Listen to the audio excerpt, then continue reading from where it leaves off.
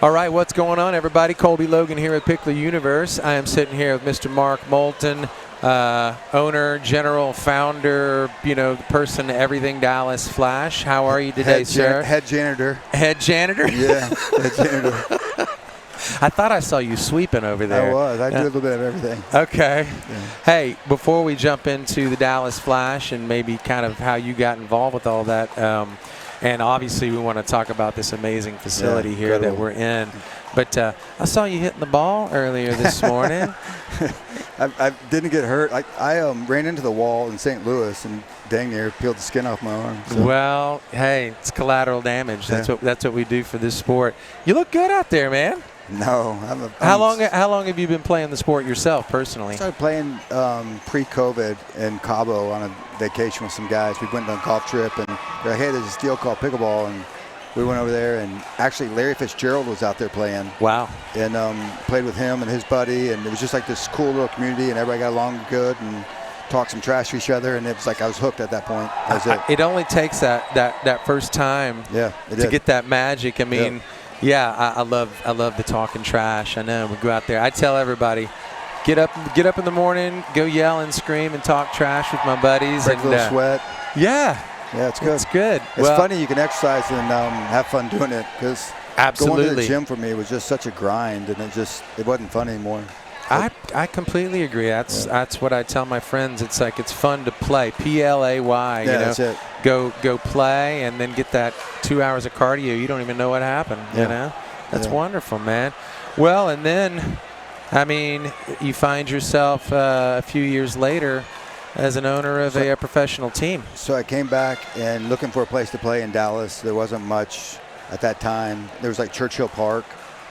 You could stack paddles out at Churchill Park, and maybe there was maybe 1 or 2 courts at Brookhaven. Sure. And I met Ben Paquette back then.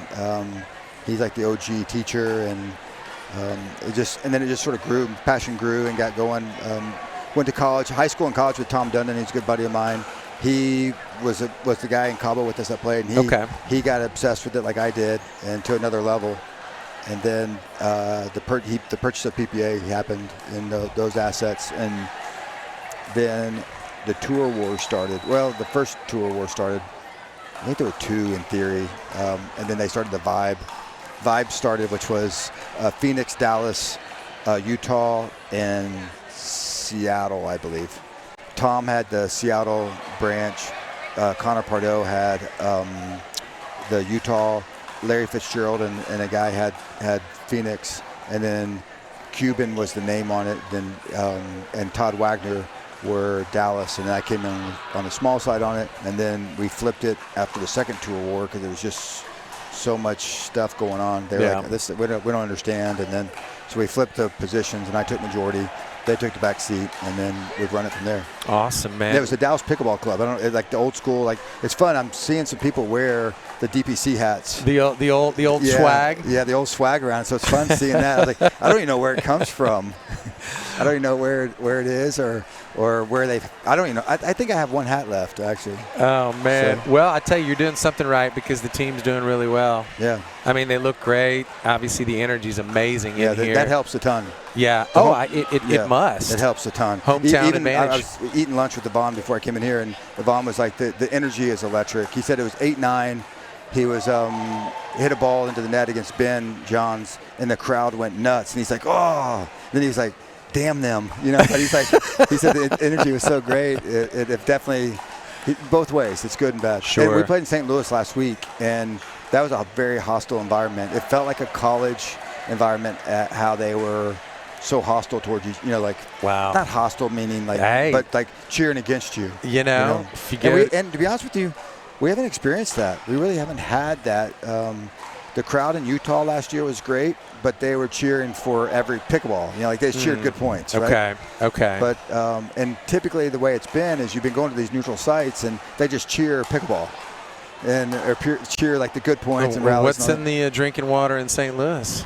I don't know. Home cooking. I mean, they were there. St. Louis was there, and they stir it up, and they've got a lot of intensity, and their ownership is really invested in it, and their players are electric, and some They're some people love them, some people hate them. Hey, it's a real rivalry. Yeah, it is. You know, so that's what we're cultivating here. I mean, yeah. Well, so Pickler Universe, everyone that sat where you're sitting, and I have asked the same question to, has kind of said the same thing. I don't know if we've seen a facility quite this size yet of an indoor type thing. I mean, have you seen anything this large and this enormous yet? No, I met Rick and Joe when they put the buildings. I guess they had it under contract. The DFW location, and that location is going to be phenomenal. It's going to be. I mean, it's as good, if not better, than this one. That building is amazing. That's awesome. That's where I really see the vision going, because we could build a true stadium that has better court arrangement in there. Okay. I was curious about that, because, wow, this is awesome. With the restaurant going in and all the food and beverage, how would you replicate that? But of course, you know, moving to this new building, we did a lot of design work, a lot of study on it, and we had it set up to go in DFW originally. That's where it was going to go. We were going to play it there, and we sort of got the agreement there, and then they weren't going to make it. They weren't going to, the permits. They had a little bit of a permit issue. So then we sort of paused, and then we said we could do it here. And we came over here and walked, and so I sort of started sketching and coming up with an idea and said we can do this, and we can make it like this. And then the volleyball courts were still here. Yeah. So they took the volleyball courts out and then put the pickleball in, and it's just, they've turned it into pickleball heaven. Yeah, you know, that switch for me was seeing this side converted. You know, I mean, we had been having a ball with just this one size, and there was still kind of some volleyball tournaments going on, you know, finishing up for the season. And boy, I tell you, when I walked in here and these were play ready, I was like, it's on. I think it got better too when they lighting's so critical for indoor environment, and when they fixed the lighting, it ended up being making it from great to world class. Sure. And I think we're at world class here. Yeah, I completely agree, Mark. And obviously you can speak to it because you do play as well. I've got no I've got no investment in it. I'm truly just a player, and I'm saying it from the heart. They've done everything. They've done everything the right way and have been agreeable to make it. All the places we've been, lighting, sound, courts, they've listened and they've figured out how to make it work. Yeah. And I wasn't sure about the mezzanine part. I was like, I don't know about that. But it ended up being cool. This is the mezzanine. I was wrong about it. They were really hot on the mezzanine. I'm like, I wouldn't spend the money. But the mezzanine's been awesome. Yeah. Yeah, no doubt, man. Yeah. This is you can literally see. Well, it's that second and third court, you know, that becomes a hardship when you're trying to watch. But if you're going to host tournaments, yeah, this becomes. And they've got room to sit and hang out and do all that. Yeah. So, I mean, it gives you space for everything. Making awesome. the guest experience just top notch. And that's what matters. I mean, that's what matters. Well, Kent, it was so awesome to have Kent Rathman sit here and talk about his vision for the place. And he and I have worked in the special event industry for years now, so we speak the same language in hospitality. But he said it perfectly. He was like, this, between the lighting and the entertainment, and this is an entertainment facility, you know, it needs to be, we need to really view it that way. I loved everything he was saying. He's got a great vision that I think will complement. Yeah, he's got a great track record too. Yeah. Great. I mean, everything he touches has been great. Absolutely. Everybody enjoys it. I've invited friends that really weren't into pickleball. They've come, they're more impressed with Kent being in there catering the thing than the pickleball. And they're like, "Wow, this place is good, but I can't believe, how'd you get Kent here?" You're like, "What happened?" Like, it's pretty funny. Like, I know you just won, but tell me more about Kent. Yeah. It's funny. Well, he's a dynamic guy. Yeah. He's pretty good in front of the camera as well. So that helps. Pretty good cook too. He's a pretty good cook. I'd say he could do that pretty good too. My goodness, man. His food is phenomenal. Well, you were talking a little bit to it about the other Pickler Universe location having even a more finished out stadium approach, center court thing. I was chatting with one of the MLP operation guys, Mike Worster, who's been all around the country here with MLP setting up at different locations and whatnot. And I said, I guess we're going to keep growing into collegiate stadiums and then eventually into stadium. You know, how big is this going to get? Well, St. Louis was in a 12,000 person stadium, and I walked in and It felt like when the Bad News Bears walked into the Astrodome. I don't know. I'm aging myself. But I don't know if you remember that movie or not. When they walked into the Astrodome, they're looking around. Or like when the Hoosiers walked into the stadium. Sure. And he went and measured the – I mean, I was like, wow. I mean, I can see it. I really can see it getting there. Do I think we're there? No. I think this environment with the amateurs and everything is still critical to make it work. Of course. And this is going to set the record in all sales. We're going to be the best event in the season and maybe in MLP history as now, and that just sets the bar to where we go from here. If you like on Sunday night, the St. Louis played early. Their home fans left. It got a little quiet in there in that big arena, so it felt that's tough. A little overwhelmed. Well, like you put 800 people in a 12,000 foot arena or 12,000 seat arena, it's empty. Yeah. You got 800 feet people here, it feels good still. Right, right. So, so finding the kind of place that you can kind of grow with it and whatnot. But no doubt, I feel like we are going to get there at some point. For sure. For the certain level of play, 100%.